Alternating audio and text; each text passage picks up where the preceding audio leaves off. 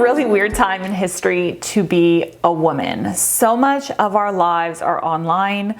We seek so much social validation through our online platforms. Everything is filtered and photoshopped now. The beauty ideals and the standards for how you should look as a woman has become completely unattainable without surgery and even without filters for like 99% of women. This ideal that we have created in social media of how you should look, how you should be, how successful you need to be, how you should run your life has become this public thing that is unrealistic, unattainable. As my channel has grown, YouTube has become my full-time job, and it's something that I've wanted for so long. It's something that I kind of glorified in my mind because I really felt like it would give me the freedom to spend more time with my kids. It would give me more time to be present without juggling a million clients and a million demands and a million people wanting a million things from me. There is a side to humanity that I didn't really see before YouTube, and there is quite a vindictive, nasty side to certain people that becomes very present when they don't have a filtration system of like face-to-face communication, and that has been very eye-opening. But with that said, I also recognize that I am not perfect and I've made some mistakes. And it's crazy because when you make mistakes and you are around your friends or your clients or a few people, it's okay because it's not really the end of the world. But when you make a mistake and then that video gets seen by 300,000, 700,000, 1 million people, it's very different, and it makes you reflect on the things that you think about and on the mistakes that you make very differently. So this video is a get ready with me. I'm just gonna get ready for work. I have no makeup on now, and I just wanna talk to you a little bit about some of the mistakes that I have made on YouTube, some of the comments that I've received. I want to respond to some of the comments that I have, and we'll just do it together, really unscripted and casual. Grab your makeup, get ready with me in the morning, and let's have a chit chat. All right, so let's start with the first thing that was driving me a little bit crazy. So I recently made this video called 10 Annoying Things That Clients Do That Hairstylists Hate. I didn't expect that this video would perform in the way that it did. This video got a lot of views right off the bat and continued to get a lot of views for a really long time. And I got bombarded with the same comments over and over and over and over again, to the point where I almost turned the comments off, but I didn't, because I feel like even if I make a mistake, people have a right to talk about it, and people have a right to have an opinion, even if it's not overly favorable for me. Open discussion, conversation, having critique and criticism in my theories or thinking is okay. That's a part of growing and getting better and doing better at your craft. So I didn't turn the comments off, but I'm gonna let you know what happened that started this whole uproar. So at the very beginning of this video, I talked about the know-it-all client. And the know-it-all client is a client that comes into a salon and they feel like they genuinely know more than the actual stylist does. I've had a few of these clients in my life, and I mentioned in the video that I'm not talking about the client that genuinely has a good perspective because they've had certain things happen with their hair, they know their hair really well, and they want to give you a heads up. So that type of client is no problem. But every once in a while, a stylist will get a client that thinks that they're like a full-blown hairdresser because they've watched a lot of YouTube tutorials or because they have seen a lot of TikToks, and they think that they know really specific things that only a stylist could know from working in the industry for years and years and years. And the example I gave was hair color formulation. You get a client that will come in and they want to know exactly what you're putting in the formulation. They will try to micromanage how you formulate the color. And this can become problematic for so many reasons. For one, different colors work differently. So different color lines work differently than other color lines. So unless you have experience working with that specific color line, you may end up with a different result. If you use the exact same formula with two different color lines, you'll end up with a different result. Another thing is that porosity and hair texture and density has a lot to do with how the hair comes out. So I might add a little bit of 4A into a client's hair who is dense and thick and resistant, but I would never add 4A to a client's hair who is really fine and porous, because it will be really, really, really dark and it will pull too strong if their intention is not to get a super cool dark brown. But that exact same color may look totally different on someone with different hair texture because of the way it responds to the color, because everyone's individual hair is unique. And once you start knowing the characteristics of hair and how it responds to color, you have to alter the formulation so that you get what the client wants given their hair texture. I hope that makes sense. But where I made this mistake in that video was in mentioning the seasonal color analogy. The funny thing with this as well is that sometimes clients that are the micromanaging clients, they don't even know what they're saying, or the things that they're saying don't really make any sense. So I had a client once who told me, I am a winter, I need to know what color formulation you are using. So the whole like I am a winter, I am a summer thing, that is so outdated. Like I am turning 36 next month and I don't even know what that means. Like I don't even, that's not even of my time. So that is an extremely outdated concept. Okay, so this is the thing. That definitely came out the wrong way, and I definitely take that back now, because after getting like 600 comments about that, I looked into Color Me Beautiful, which is the book that explains all of those seasonal colors. And basically what it talks about is it talks about undertone of skin, it talks about levels of skin, eyes, everything, and what colors look good on you based on your tonality, based on your eye color, all of that stuff. And they categorize it into seasons, and then they categorize it even further into like subcategories within the seasons. When I said it was outdated in Canada, here where I live, it is not something that anyone talks about in the industry. I've never heard anyone talk about it. So I think here it definitely is a concept that isn't as forefront in the industry. I think there's other areas of the world where it is still talked about a lot, and I can definitely see it making a comeback now that I've looked into the books and I've read a little bit about it. It's definitely something that is very, very, very interesting. I understand color theory. I understand cool, neutrals, warm tones. I made an entire video about it, but I've never been trained on the seasonal analogy, and I was actually going to do a whole video about it because I went down the seasonal analogy rabbit hole, got sucked in, and then found it super interesting. I guess what I'm trying to say with this whole long-winded rant is that I made a mistake in that video. I really shouldn't have talked about it in that way, because I really think that there is a lot of validity to the seasonal analogy and to that book. Even though it is an older book, it doesn't mean that it should be thrown away. I think that a lot of people are able to understand their skin tone and are able to understand great colors that work for them, both in terms of fashion and in terms of hair. And if that book is able to provide that for a lot of people, and if that way of thinking about color is able to give a lot of people clarity on how they can feel and look their best,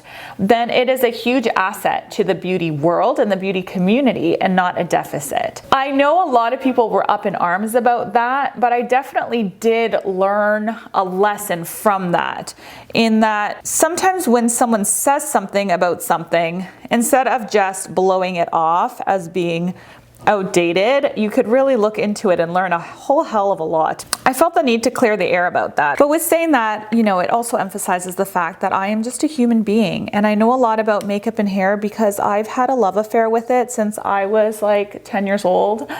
But it does not mean that I know everything. I don't know everything. I learn things just like you guys do.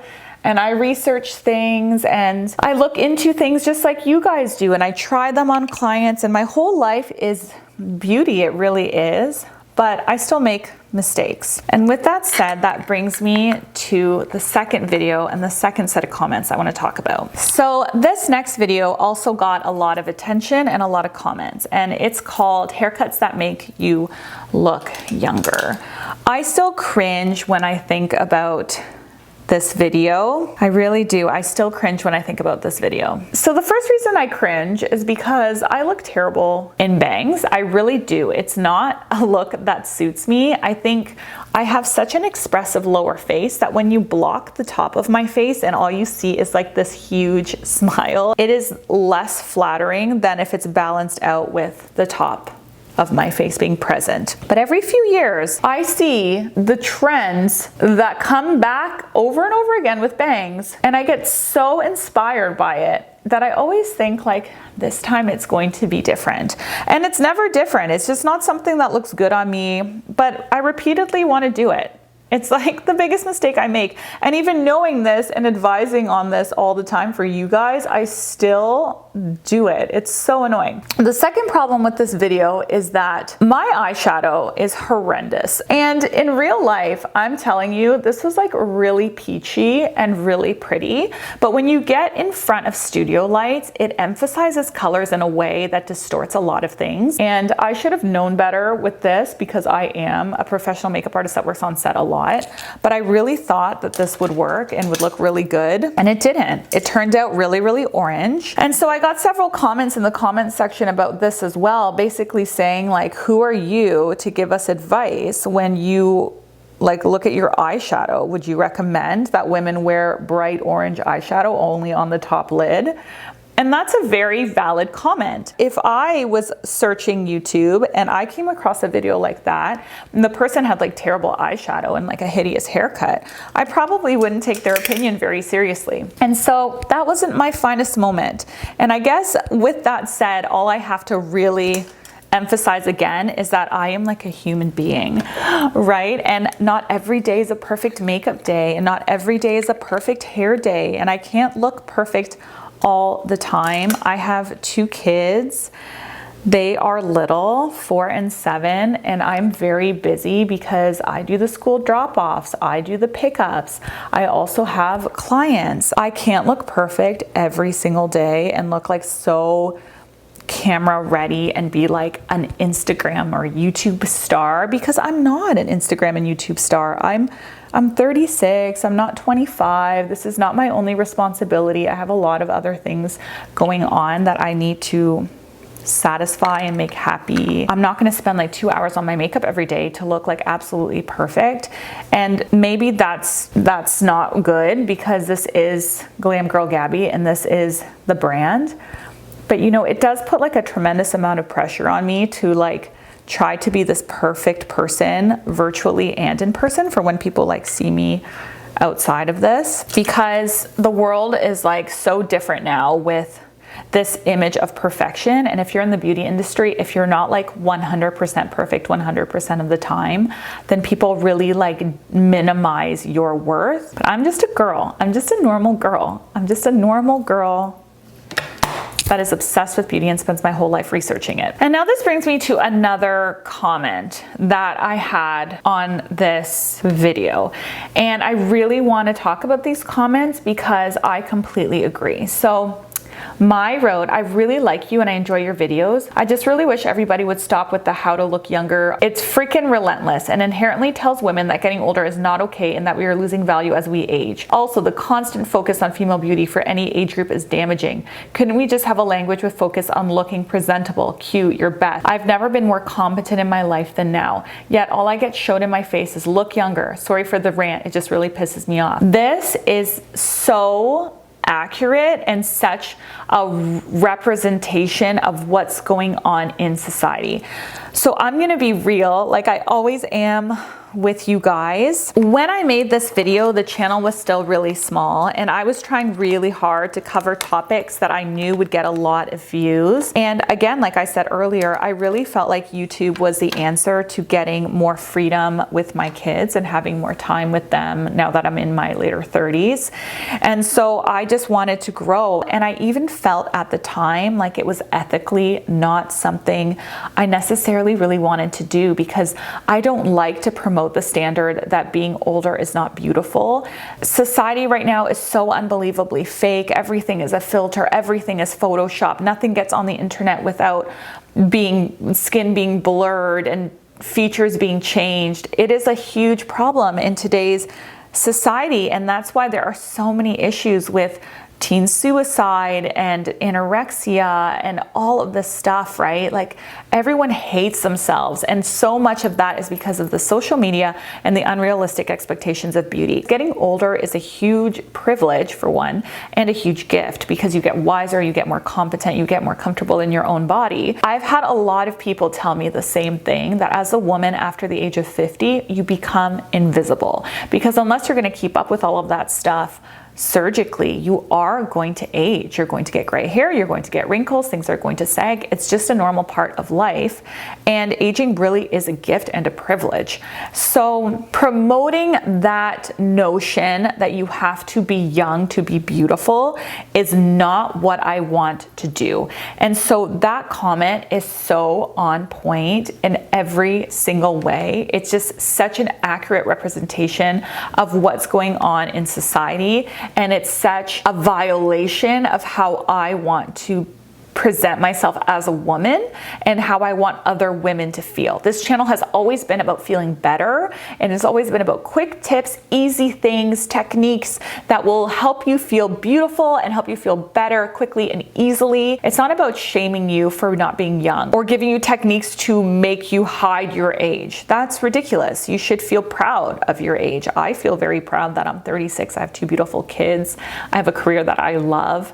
And so I guess in that video, I'm ashamed of that video for so many ways. I'm ashamed of that video because one, I look awful in that video and I don't think that I'm a good representation of giving beauty advice.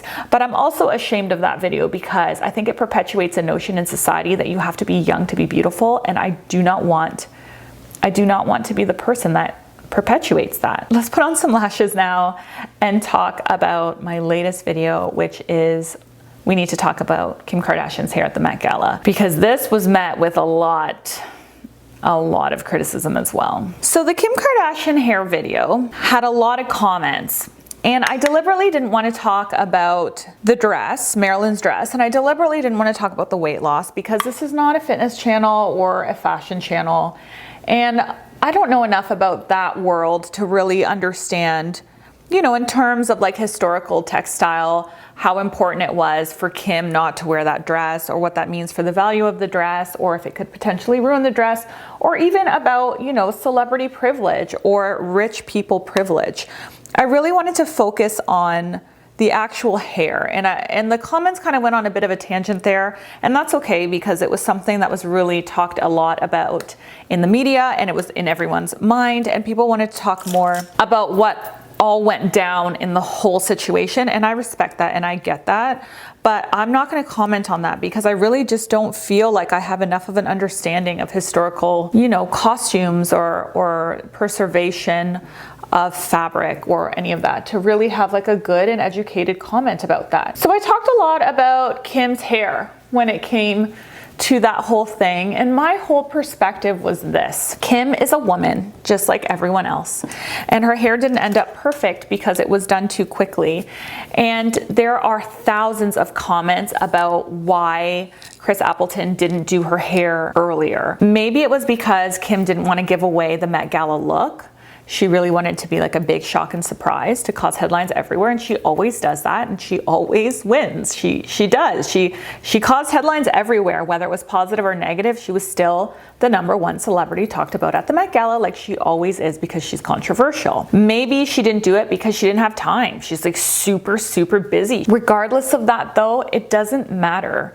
She did it in one day because she wanted to, and I don't know why so many people are so upset about that. I cannot begin to understand it. There are so many very angry comments about, well, she's gonna end up with a pixie, and like, why would she damage her hair like that? Like really angry comments, like, why do you care? Like, why do you care if she bleached her hair 10 levels in one day? It really is like her hair, and it's her body, and it's her choice. And there were also a lot of comments about why she didn't wear a wig. I don't understand why she didn't wear a wig. And I get it. Like, I don't really understand why she didn't wear a wig. I would have worn a wig. I have really dark hair.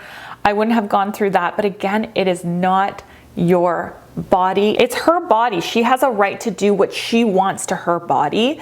I'm not even a Kim Kardashian fan. I don't watch the Kardashians. I really don't. Like, I don't care. So it's not like I have an invested interest in the Kardashians or I think they're a great role model. I don't think they're a great role model. I think that they've created a beauty standard in society that's unattainable and toxic and very damaging, especially to the younger generation. So I don't come off saying this stuff thinking that she is like the queen bee. I don't really have much of an opinion about her. I don't overly care, to be honest. But I do think she has a right to do what she wants to do to her own body when it comes to her hair. And I think that people being up in arms about it is ridiculous, to be completely honest with you. I think that what it comes down to is this, and this is the logical fallacy that I don't fully understand. If you think that the Kardashians have created an unrealistic beauty standard, that's fair and that's true. But criticizing the fact that her hair had a little bit of yellow banding on social media is emphasizing that need for perfection. So it's this toxic cycle, right? You're like, she's created this beauty standard that's unrealistic for young women, but her hair looked like shit. You're basically saying the same thing she's saying and has done and created. You're just validating that she has to be perfect, that women have to be perfect, that nothing can be wrong, that their hair has to be perfect. Why didn't she look perfect? Why didn't she wear a wig? Why is her hair yellow? Why did she wear an ugly little bun? For one, because she wanted to, and that's her choice. And for two, because she's not perfect. She's just a normal person. And being so outraged at her lack of perfection just like feeds the cycle of what you hate about her. And then if we talk about like the younger community being affected by this unrealistic standard that the Kardashians have set, but then the younger community is reading the comments about how ugly her hair looked, you're just validating to the younger community that you have to be perfect or you will be completely ridiculed online. I think about it like fighting fire with gasoline. You see that there's a fire in a house, which is like the societal pressure on women to be perfect. So let's pour gasoline on it to make the fire bigger. There's more of a pressure to be perfect because even the most perfect person who isn't perfect, how dare they not be perfect? How dare they do that to their hair? People have said a lot of mean, nasty things to me in the comments section. I even get emails about it. Like I got an email, a personal email to my email, my business email account that said, I follow your channel. I just wanted to let you know that you should never wear your hair in a side part. It should only be a middle part and straight. When you wear your hair wavy, it takes away from your beauty. And I guess this is why I get so affected by this Kim Kardashian stuff, even though I don't really care about the Kardashians, is that why does someone random feel the need to tell me how to do my hair? I got another comment that said, your hair should always be lighter. You look much better with lighter hair.